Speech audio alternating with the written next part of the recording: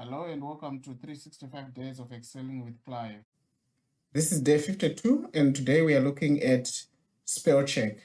So after you are done with preparing your report, you have prepared your report here.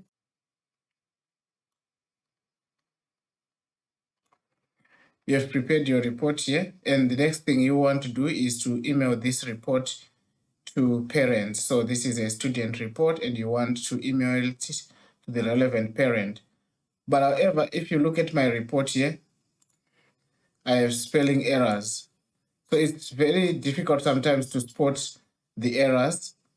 So you might want to make use of spell check as you have in Microsoft Word.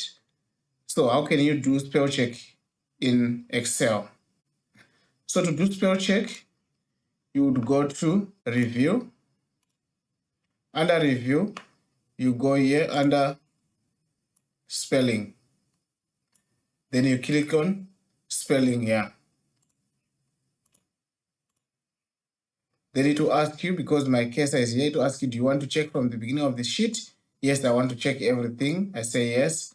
Then it will show me that I have these spelling errors and ask me to decide what I want to do with them. So I can change, I can autocorrect, or I can ignore all errors. Okay.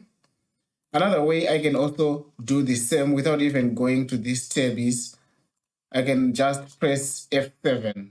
So I push F7. Then it asks me the same question. Do you want to check from the beginning? Then I say yes. Then I can do spell check. And I can say change. Let me change this one again. Then say, okay. So when I'm done, you'll see that it has corrected all my spelling errors. And I can now send this report with correct formula spellings, and it's more professional to send a correct report. That's it. Thank you guys. Bye bye.